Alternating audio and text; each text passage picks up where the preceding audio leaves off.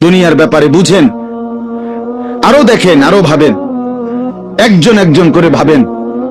দুনিয়া আরো যদি সাজান, খোদার কসম ক্ষণিকের ক্ষণিকের ক্ষণিকের অল্প সময়ের দুনিয়া চমৎকার সাজাইয়াও তৃপ্ত হইতে পারবেন না, তৃপ্ত হইতে পারেন।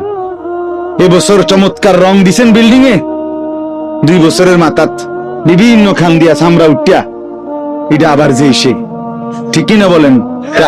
আবার রং দাও। এই সোফা চমৎকার বানাইছিল, ওই যে বার্নিশ নাই, দেখেন এই যে সোফা, এটা এই যে দেখেন, কথা বলেন না, এই সোফা এটার মধ্যে আসেনি বার্নিশ, তো এটা আবার কি করতে হইব? তো লাভ হইল কো? দুনিয়া তো ধোকা, দুনিয়া ধোকা। এই সৌন্দর্যময় চেহারা নারী 30 বছরের ব্যবধানে উনি বুড়ি, আর কেউ ফিররা সেদিকে ফিরা সেফ হালায় না। আজ যেই যুবতী, যেই বেহায়া নারী, বেপর্দা মহিলা বাজারে বাজারে ঘুরতো, যৌবন, আরে সেটা তার সম্পদ না, তারটা হইলে তো নিজের হইলে তো সে কখনোই বুড়া হইতো না। আল্লাহ তাআলা বলছে, আমি যখন যৌবন শেষ করে দিলাম, তো এখন আর কোন পুরুষ তার দিকে ফিররা থুতুও বালায় না। দুনিয়া এক অবস্থায় থাকে না, এক হালাতে থাকে না বাপ। এই জন্য ছেলেদেরকেও বলি, বাপ জিন্দিগি সুন্দর কর। তোমার এই হাসি থাকবে না, তোমার এই সুস্থ সুন্দর সুঠাম দেহ থাকবে না। আন্তরিকতা নিয়ে শুনলে, নিজের ভিতরে নেক মানসিকতা যদি থাকে, গ্রহণ করার মানসিকতা, আর অল্প কথা তো ফায়দা হয়। আর গ্রহণ করার মানসিকতা না থাকলেও 50 বছর শুনলেও গুনার অভ্যাস ছুটে না। দেখেন না 70 বছরের বুড়া মানুষ চা দোকানে টেলিভিশন দেখে, তাহলে এত বড় বুড়ো মানুষ, মুরব্বী, উনি এখনো যদি বিড়ি খায়, সিগারেট খায়, এখনো যদি চা দোকানে টেলিভিশন দেখে, তো ওনার এই মন্দ অভ্যাস, বদ অভ্যাস কত বছর পরে ছুটবে? উনি আরো কয়শো বছর বাঁচলে গিয়া বুঝবে এটা গুনাহ। আর ওনার আর মেয়াদ আছে কি? এই জন্য বললাম, আপনি খবর নিলে দেখবেন 30 বছর মসজিদে আসা যাওয়া করে ঠিকই, কিন্তু যথাযথ আন্তরিকতা, দিলের মধ্যে আখেরাতের কোনো মানসিকতাই নাই, নিজেকে বদলানোর অনুভূতি নাই, ফিকিরে নাই। সোজা কথা, পরকাল বলতে কিছু, এখন যা আছি তাই। এখন সুখে থাকলে সুখী দুনিয়া, এখন দুঃখে থাকলে দুঃখী। জিফুত যদি ঠিকমতো খানা খাদ্য খাওয়ায় খুশি, ঠিকমতো খানা খাদ্য নাই দুঃখী। মানে দুনিয়া পেলে খুশি, দুনিয়া না পেলে দুঃখী। লাভ লোকসান, আয় ব্যয়, হিসাব কিতাব, সুখ আনন্দ, দুঃখ বেদনা, হাসি কান্না, আবেগ অনুভূতি, সবটাই শুধুই দুনিয়াকে কেন্দ্র। এখানে কি পেলাম? এখন কি পেলাম? এখন কি পেলাম? ইনহিয়া ইল্লা হায়াতুনা দুনিয়া নামুতু ওয়া নাহইয়া। আল্লাহ তাআলা বলেন, নাফরমান আর পাপীদের জীবন কেমন হয়?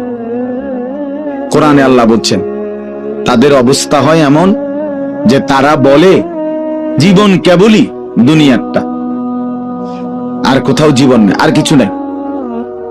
নামুতু ওয়া নাহইয়া, এখানেই মরবো, এখানেই বাঁচবো। ওমা নাহনু বিমাবউসিন। আল্লাহ বলেন, নাফরমানদের দিলের মধ্যে এই বিশ্বাস যে আমাদেরকে পুনরায় কোথাও উঠানো হবে না।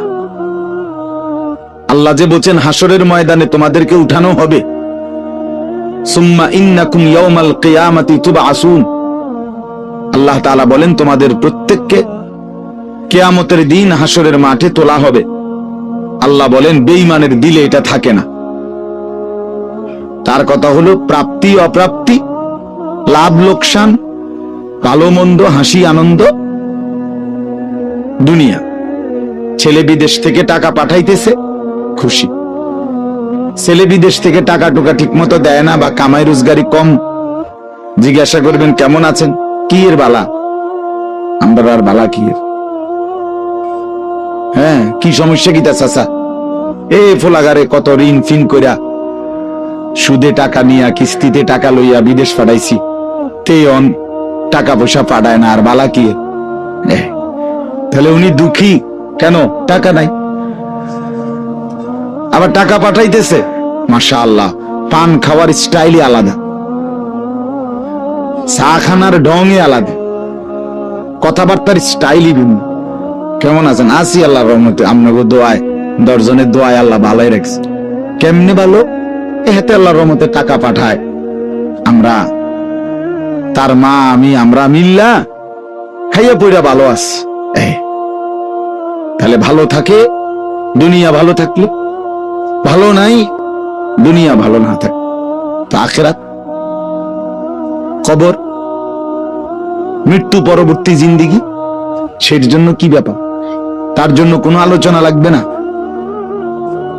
এর জন্য কোনো কথা নাই। তাইলে কারো মধ্যে এই আলোচনা নেই, স্বামী স্ত্রী পরস্পরের আলোচনা, এই ঘর সংসার বাজার, খাট ফার্নিচার পালন সোফা, হ্যাঁ, আসবাবপত্র গহনা অলংকার, এই নিয়েই করে সে, এই নিয়ে জিন্দেগি এর মধ্যেই আবদ্ধ। তো আখিরাত তাহলে কার জন্য? পরকাল কার জন্য? আমরা মুসলমান, আমরাই যদি পরকাল না চিনি, না বুঝি, আমাদের উচ্চারণে, আমাদের অনুভূতিতে, আমাদের আচরণে, আমাদের কথাবার্তা উঠা বসার মধ্যেই যদি পরকালের কোনো নমুনা দেখা না যায়, তো হিন্দু বৌদ্ধদের মধ্যেই দেখা যাবে। কথা উত্তর দেন। কবর হাসর আখিরাতের চিহ্ন ভেসে ওঠার কথা চালচলনে মুসলমানদের মধ্যে না কাফেরদের মধ্যে? মুসলমানদের মধ্যে। কথা তো ছিলই, আল্লাহর প্রিয় বান্দারা, অসংখ্য আল্লাহর নেক বান্দাদের জীবনে আছে, রাত্রিতে ঘুমাইতেন না, জিজ্ঞেস করতে কেন ঘুমান? বলছে জাহান্নামের ভয় ঘুমাতে দেয় না, কবরের ভয় ঘুমাইতে দেয় না। হযরত আবু বকর সিদ্দিক রাদিয়াল্লাহু তাআলা আনহুর মতো সাহাবী আফসোস করে বলতেন, হায়, আমি যদি একটা গাছের পাতা হতাম, আমাকে যদি একটা চতুষ্পদ জন্তু, গরু কিংবা ছাগল, সেই পাতাটা যদি খেয়ে ফেলত, অর্থাৎ আমি যদি মানুষ না হতাম। অথচ কি পরিমাণ আমলের অধিকারী ছিল। হযরত ওমর রাদিয়াল্লাহু তাআলা আনহুর চেহারা, কপালের দুই পাশ থেকে লম্বা অঝরে কান্নার কারণে দাগ পড়ে গেছিল। হযরত ওমর রাদিয়াল্লাহু তাআলা আনহুর ইন্তেকালের মুহূর্তে হযরত আব্দুল্লাহ ইবনে আব্বাস সাহাবী, তিনি বলছিলেন, আপনাকে আল্লাহ তাআলা অনেক মর্যাদা দিয়েছেন, আপনি 10.5 বছর মুসলমানদের খলিফা ছিলেন, আপনার মাধ্যমে আল্লাহ তাআলা দিক দিগন্ত মুসলমানদের বিজয় দান করছেন, কত রাজ্য কত এলাকা আপনার এই 10 বছরে বিজয় হয়েছে। আপনার অনেক সম্মান, অনেক মর্যাদা, অনেক গুণ, অনেক বৈশিষ্ট্য। হযরত ওমর রাদিয়াল্লাহু তাআলা আনহু